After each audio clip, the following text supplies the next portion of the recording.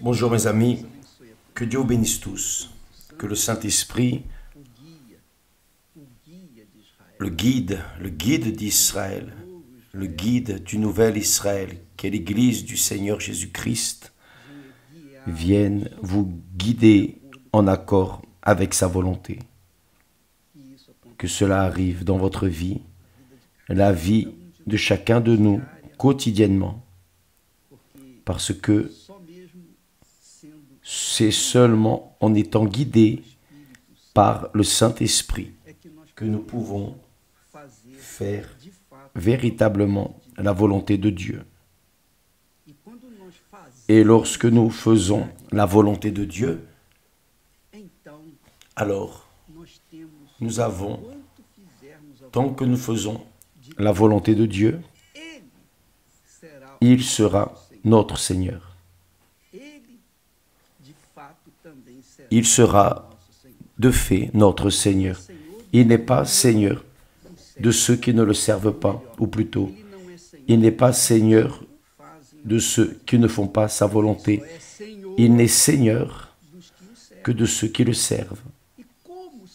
Et comment le servir? Jésus a dit, tous ceux qui me disent Seigneur, Seigneur, n'entreront pas dans le royaume des cieux, mais seulement celui qui fait la volonté de mon Père. Celui qui fait la volonté de mon Père. Évêque, je demande une chose. Quelle est la volonté du Père? Quelle est la volonté de Dieu? Comment puis-je m'engager dans cette volonté de Dieu? Vous savez que le jeune homme riche s'est approché de Jésus et a dit, bon maître, que dois-je faire pour hériter la vie éternelle? Jésus lui dit, voyez, c'est notre décision. Si tu veux, si vous voulez entrer dans le royaume de Dieu, dans le royaume des cieux, si vous voulez, c'est une décision personnelle. Et vous seul pouvez décider oui ou non. Lorsque vous décidez oui, alors vous voulez dire à Jésus en d'autres mots, je veux être ton serviteur parce que je veux entrer dans le royaume où le Seigneur est le seul Seigneur. D'ailleurs, tu es le seul Seigneur dans toute la terre, tout l'univers, tout le monde, dans toute la création. Le Seigneur est l'unique Seigneur. Donc je veux entrer dans le royaume du Seigneur et continuer à te servir. Continuer à être serviteur. Quelle merveille. Continuer à te servir.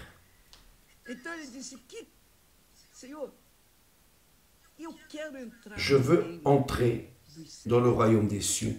Que dois-je faire? Que dois-je faire pour hériter la vie éternelle? Alors Jésus lui a dit,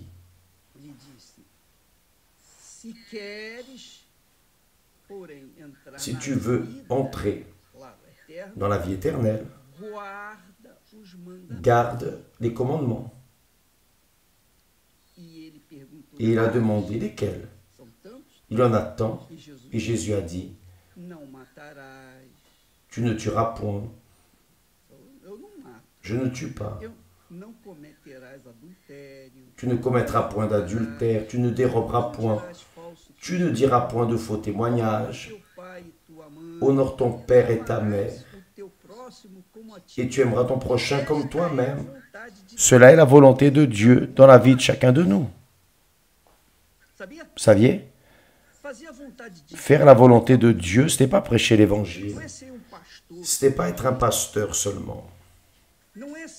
Ce n'est pas être un maître, ou prêcher, ou enseigner la parole de Dieu. Non. Faire la volonté de Dieu, c'est traiter votre prochain comme vous vous traitez vous-même. C'est là où est la différence, qui est l'amour du prochain. Et il est évident que pour aimer notre prochain, comme Jésus dit, comme il dit là clairement, tu ne tueras point, tu ne déroberas point, tu ne commettras point d'adultère, tu ne déroberas point personne, tu ne diras point de faux témoignages, honore ton père et ta mère, tu aimeras ton prochain comme toi-même. Que veux-tu pour toi? Ce que tu veux pour toi, veux-le pour les autres. Donc d'abord Dieu, aimer Dieu de toutes les forces, de tout le cœur, compréhension et pensée. Ensuite vient le prochain. Tu aimeras ton prochain comme toi-même. Donc ce que je veux pour moi, c'est ce que je veux pour mon prochain. Maintenant, vous allez dire évêque. Très difficile cela. Je dirais presque impossible. Presque impossible. C'est impossible quand on n'a pas le sceau de Dieu. Lorsqu'on n'a pas le Saint-Esprit. Lorsqu'on n'a pas la nature de Dieu. Lorsqu'on n'a pas l'ADN de Dieu. Donc, lorsqu'on n'est pas de Dieu, lorsque nous ne sommes pas enfants de Dieu véritablement, il est impossible de le servir. Impossible.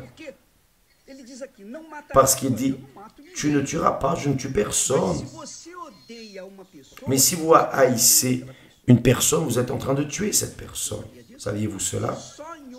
Juste le fait de haïr quelqu'un, vous êtes déjà en train d'être un assassin. Parce qu'il a dit, tu ne tueras pas. Et haïr, c'est tuer quelqu'un. Tu ne commettras pas d'adultère. D'accord, vous n'adultérez pas. Je ne commets pas d'adultère. Mais si nous regardons une personne avec des désirs, volontés, avec un désir, une intention mauvaise, on a déjà adultéré avec elle.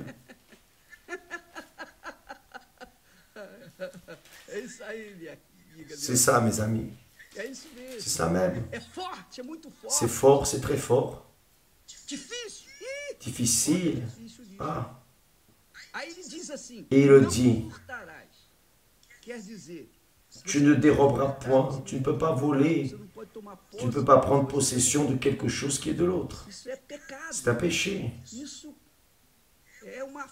C'est un affront à la loi de Dieu, à la loi de la justice, de l'intégrité. Quelque chose de terrible, de cruel. Tu ne déroberas pas. Tu ne diras point de faux témoignages. C'est ce qu'il y a de plus fréquent dans les tribunaux. C'est ce qu'il existe le plus.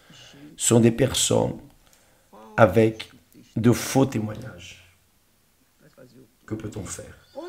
Honore ton père et ta mère. Je n'ai pas de père, je n'ai pas de mère, c'est vrai. Vous n'avez ni père ni mère, mais vous devez honorer les plus vieux comme s'ils étaient votre père et votre mère. Ça, c'est vraiment difficile. Le deuxième grand commandement. Tu aimeras ton prochain comme toi-même. Que veut dire aimer le prochain comme nous-mêmes? Qu'est-ce que cela veut dire? Qu'est-ce que je veux pour moi? Comment est-ce que je traite ma vie, mon corps? Comment est-ce que je me traite? Comment est-ce que je me traite? Ah, je mange comme il faut, je bois, je dors, je m'habille, je me couvre, je vis en paix, enfin. Je cherche le meilleur pour moi. Évidemment, si je cherche le meilleur pour moi, si je veux aimer mon prochain, alors je veux traiter mon prochain. Qui est le prochain? Le mari, l'épouse, le fils, la fille, les parents, le voisin ou les voisins, les collègues de travail, les collègues de l'école, de la faculté, les personnes qui sont proches de vous, quand vous êtes dans le bus, quand vous êtes dans le train, enfin. Toutes les personnes qui sont proches de nous, nous devons les aimer. Toutes les personnes, nous devons les aimer comme nous nous aimons nous-mêmes. Anciennement, aux temps anciens, nous prenions le bus et s'il y avait une dame ou un monsieur, une personne plus âgée, debout, naturellement, nous nous levions et donnions la place à cette personne. Cela n'existe plus. Oubliez. La personne ne se préoccupe pas. Il y a des personnes qui s'occupent peu de leur prochain. La chose est si terrible que quelqu'un m'a dit, évêque,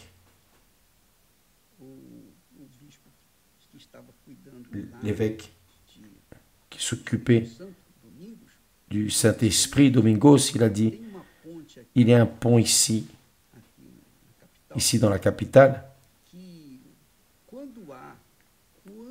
Lorsqu'il y a un désir de suicide, lorsque quelqu'un essaie de se lancer de ce pont, alors la circulation s'arrête. Personne ne passe. Donc tout le monde attend que les autorités viennent s'occuper du problème. Mais là, il m'a dit, vous devriez voir, évêque, comme il y a des personnes qui crient, vas-y, saute, vas-y d'un coup, je veux aller travailler. Ça, c'est l'esprit du monde, la haine, l'esprit du mal, l'esprit du péché, l'esprit de la servitude au diable. C'est la réalité. Donc, lorsque nous parlons de servir Dieu, si nous ne servons pas notre prochain, si nous ne donnons pas le meilleur de nous pour notre prochain, nous n'aimons pas Dieu, évidemment. Nous ne servons pas Dieu, nous ne le connaissons même pas. Jésus a dit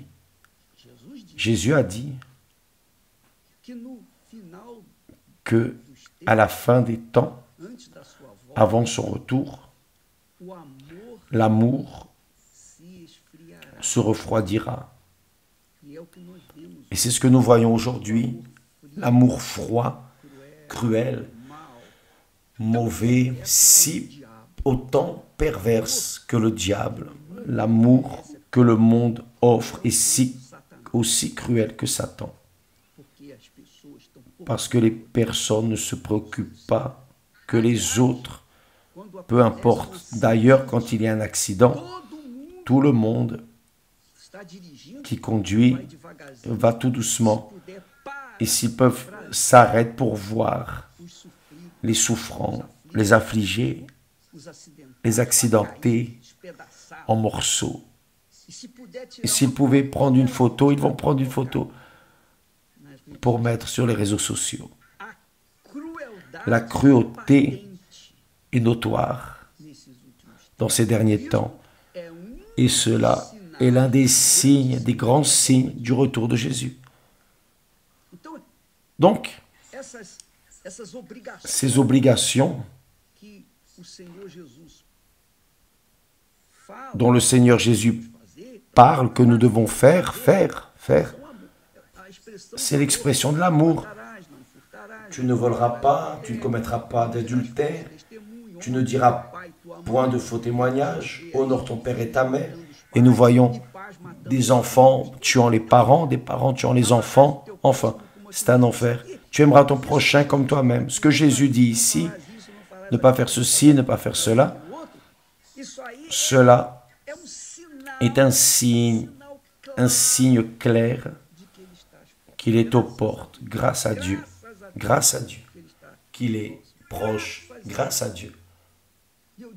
Et je dis grâce à Dieu, avec la bouche remplie, le cœur qui déborde de joie. Parce que, mes amis, pour hériter la vie éternelle, ce n'est pas pour tout le monde, seulement pour ceux qui sont serviteurs de Dieu, ceux qui servent, qui le servent en accord avec sa sainte parole. Ne pas servir en manifestant une charité pour la personne, non. Faire un peu de charité pour soulager la conscience, rien de ça. La Bible dit que le serviteur du péché est esclave. Il est esclave. Il ne cessera pas d'être serviteur, d'être esclave, jamais, sauf lorsqu'il remet sa vie à Jésus et dit « Seigneur, me voici, prends ma vie, fais de moi ta volonté, fais ta volonté dans ma vie. » Parce que si le Seigneur ne fait pas sa volonté dans ma vie, alors enlève ma vie, car je ne veux pas continuer à vivre.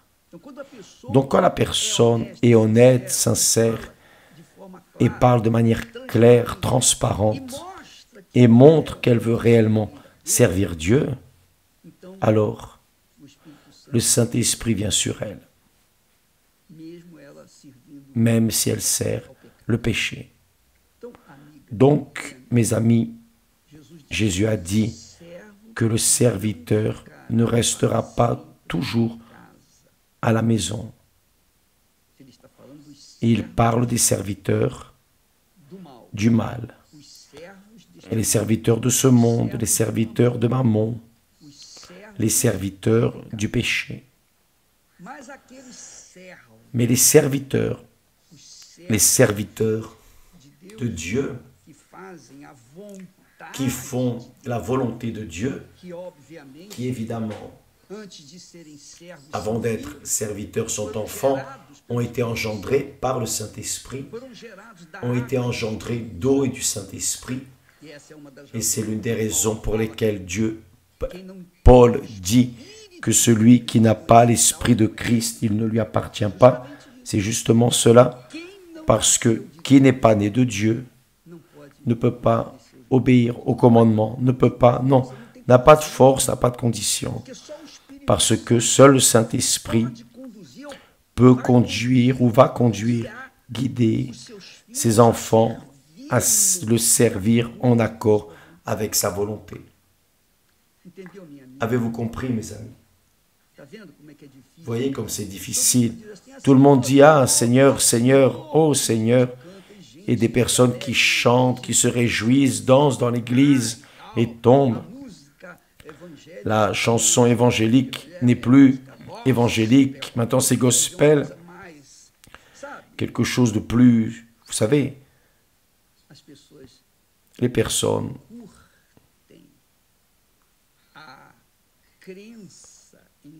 suivent la croyance en Jésus comme si elles étaient servantes à lui.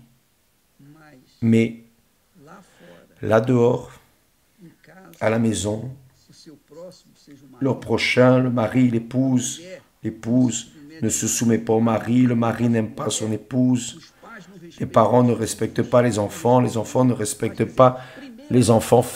D'abord dans leur propre maison, cette personne qui dit servir Dieu, qui expulse des démons, guérit, fait des miracles, etc., qui dit Seigneur, Seigneur, cette personne à la maison est une petite peste. Et au travail, elle a des problèmes avec les collègues, elle est jalouse, a de la haine, se dispute, ne parle pas à l'un ou à l'autre, maudit le chef. Ça, c'est le monde dans lequel nous vivons. Le monde que les personnes vivent, c'est un monde de mensonges, de tromperies, de disgrâce, qui n'a rien à voir avec Dieu. Parce que qui a à voir avec Dieu, qui a à voir avec le Seigneur Jésus, vraiment aime son prochain, veut le meilleur pour son prochain. C'est cela, mes amis. Donc vous êtes une personne qui, à l'église, levez les mains, priez, pleurez, pleurez, copieusement. Vous sentez cette émotion en train de louer et d'adorer Dieu et vous pensez que cela est le Saint-Esprit. Non, ce n'est pas. Parce que lorsque vous arrivez à la maison, vous ne vous soumettez pas à votre mari, vous n'aimez pas votre épouse, vous ne la considérez pas comme votre épouse, comme la remplaçante de votre mère. Et vous, femmes, vous ne considérez pas votre époux comme le remplaçant de votre père qui prend soin de vous. Et là, c'est un désordre en dehors de l'Église. Mais dans l'Église, on connaît la Bible, on connaît par cœur les versets clés, et on parle, voulant montrer qu'on est spirituel. Mais Dieu sait, vous savez, Dieu sait, vous savez qui vous êtes. Et là vous dites, non mais j'ai le Saint-Esprit, je parle en langue, le diable aussi parle en langue, vous saviez? Le diable parle n'importe quelle langue. Mes amis, Jésus a dit, tous ceux qui me disent Seigneur, Seigneur, n'entreront pas tous dans le royaume des cieux. N'entreront pas tous, pas tous. Évaluez votre vie, je ne suis pas là en train de pointer le doigt contre qui que ce soit. Parce que si je pointe le doigt vers quelqu'un, j'en aurai naturellement 4 tournés vers moi. Donc, je ne suis pas là pour juger qui que ce soit. Je suis là pour enseigner la parole de Dieu. Et si le Saint-Esprit utilise nos mots, nos paroles, pour sauver au moins une personne qui m'écoute, je vais rendre grâce à Dieu. Je vais être heureux de la vie. Je vais être un homme épanoui. Parce que je dis avec toute la sincérité devant Dieu, la chose que j'aimerais le plus faire, c'est servir mon Père, faire ce qu'il veut qu'il soit fait. Et grâce à Dieu, il a répondu à mon rêve. Donc, c'est pour cela que nous avons toute la journée, nous essayons de mener les personnes. Ce que Dieu nous a concédé, c'est ce que je veux pour vous, minimum. Je veux que vous ayez au moins le minimum de ce que Dieu m'a donné, de ce que Dieu a promis et a réalisé dans la vie de ceux qui croient en lui. Je veux que vous l'ayez. Je veux que vous ayez le meilleur, mais je ne peux pas décider pour votre vie. Pour en arriver à dire Seigneur, Seigneur, d'abord, vous devez être serviteur, servante. Si vous n'êtes pas serviteur, et pour être serviteur, servante, vous devez naître de nouveau du Saint-Esprit. C'est pour cela, mes amis, que nous répétons pour que les personnes reçoivent le Saint-Esprit. Parce que si elles ne reçoivent pas le Saint-Esprit, il se peut qu'arrive au dernier moment de leur vie, qu'elles disent à Jésus, comme le voleur sur la croix, quand il a dit, Seigneur, rappelle-toi de moi. Et Jésus a dit, aujourd'hui même tu seras avec moi. À l'instant, Jésus a répondu. Que tous aient cette chance d'arriver au moment et dire, Seigneur, souviens-toi de moi. Mais vous n'avez pas besoin d'être au bord de la mort pour avoir cette rencontre avec lui. Il vous suffit de vous livrer, de laisser vos péchés. Ça ne sert à rien de mettre votre vie sur l'autel et votre pensée continue dans le péché, là dehors. Une vie avec une maîtresse, enfin. Une vie de corruption, de mensonge, de tromperie. Une vie sale. Ça ne sert à rien de faire l'œuvre de Dieu à la vue des personnes, mais en vous, vous n'êtes pas de Dieu.